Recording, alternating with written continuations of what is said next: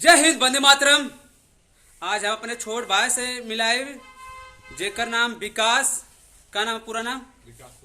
विकास सोनी। काली के इनकर मेडल लगल, इनकर चेहरा देखा मुस्कियात हो बहुत। का नाम पूरा नाम बतावा? विकास सोनी। विकास सोनी। कहाँ मेडल लगल तुम्हार? जौनपुर। जौनपुर में। कठ मेडल मरले हुआ? छठ। मेडल मार चुकल हुआ। अब कुछ लोग लड़की की नहीं है कि हम 4 ठले की फसौले, हम 5 ठले की फसौले, हम 6 ठले की फसौले ला। ये देखा मेडल 6 मार चुकल हुआ। देश बदे लड़ा। ये जवानी है ना, लड़की बदे बर्बाद मत करा, देश बदे बर्बाद करा। तुम्हार जीवन में नाम सब ले। देखा कुछ अगर अंदर से उफान पैदा होखे तब तूफान में पलट जाला। हमेशा बताइला कि जे तूफान में पलेला वो दुनिया बदलेला। देखा बहुत पहले के लोग कहे कि खेलबा कूदबा तो बर्बाद हो जीबा। हम कहले गलत बात।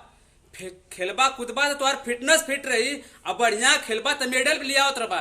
इधर काल ही कहीं काम में थोड़ा लगल तुम्हार गोल्ड मेडल जौनपुर पूर्वांचल में। जौनपुर पूर्वांचल में। देखा कौन स्टेडियम से तू खेलला? मेघबरन सिंह स्टेडियम। मेघबरन सिंह स्टेडियम।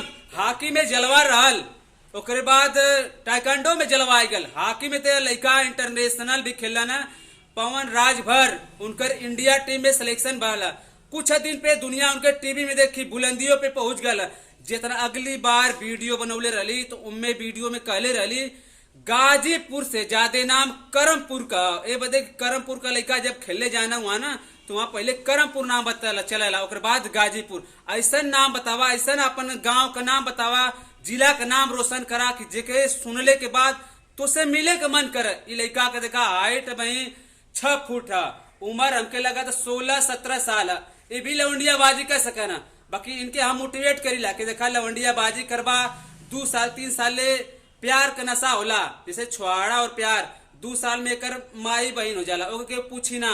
बाकी तू गोल्ड मेडल जीत के आलवा, बहुत बहुत बधाई है हमारे तरफ से। तू जिंदगी भर गोल्ड मेडल याद रहा, अपने जिला बदे गोल्ड मेडल परिमरला। कुछ दिन बाद तू इनके मेडल में भारत मेडल मरिया, अपने देश के लिए मेडल मरिया। कुछ बोल सकेला? अगर इनकर देखा वीडियो अथवा फोटो है तो लोग के विश्वास ना हो तो मैं अथवा भुला गई ना। इनकर देखा हूँ लंबा सा लड़का हूँ, को साहब इनके देखता हूँ। ठीक है, लड़का से हमारा निवेदन है कि मेडल के चक्कर में पड़ा लड़की अपने आप तोरे पजरे आ जाए। आजकल हुनर है तो कदर है। देखा हुनर के चक्कर में पड़ाला, कदर अपने आप में जला। जेके केहू जानत ना रहल, जेके केहू सुंघत ना रहल, जेके केहू पूछत तक ना रहल, आज ओकरे साथे हम सेल्फी फोटो खींच के वीडियो बनावती। ये लड़का 2 साल पहले इनके हम न जानते रही कि विकास के आओ, विकास कैसा हुआ। आज भी हम इनकर फैन है। जहां जाना हर मैच में मेडल मारना, हर मेडल में ये काम करना। इनकर जितना अंदर जुनून है ना, ये कहना बाबू भैया जब तुम्हार वीडियो देख लेला तो रुआ खड़ा हो जाला। हम कहले कि यार कम से कम अंदर से पावर, जज्बात और कुछ अंदर से ऊर्जा पैदा करा। सोचा कि हम काहे बदे पैदा वाली। आ देखा पेपर में भी नाम आ गल, पूरा नाम पूरा पुराना खेले हुआ। देखा हमारे भैया के फोटो है, तेज बहादुर सिंह, स्वर्गीय तेज बहादुर सिंह। आज भी दुनिया से चल गए हुआ। बाकी हर युवा के धड़कन में और मोबाइल जब तक युवा जिंदा रहे हैं, जब तक सूरज चांद रहेगा, भैया जी का नाम रहेगा। दुनिया में देखा बहुत लोग का नाम सुन ले होगा।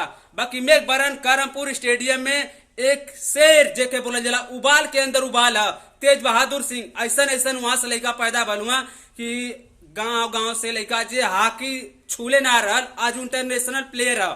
जेकरे में दम रही ना वो कहीं भी जा सकेला। ये देखा हमरे भूतपूर्व सांसद जी का फोटो है।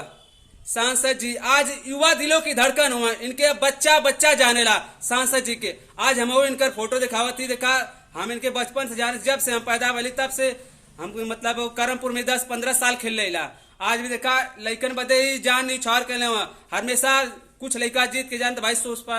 और जौन भी काम होला इनके बस में जौन चीज है अपने इच्छा से अपन तो के करवाई। पूरा फोटो और देखा इनका फोटो देख सकेला। युवा दिलों की धड़कन आने वाला समय में पूर्वांचल ना पूरे भारत में नाम रोशन हुई। जय हिंद, वंदे मातरम। अगर वीडियो अच्छा लगा तो लाइक कमेंट करा और आके करमपुर तू प्रैक्टिस कर सकेला।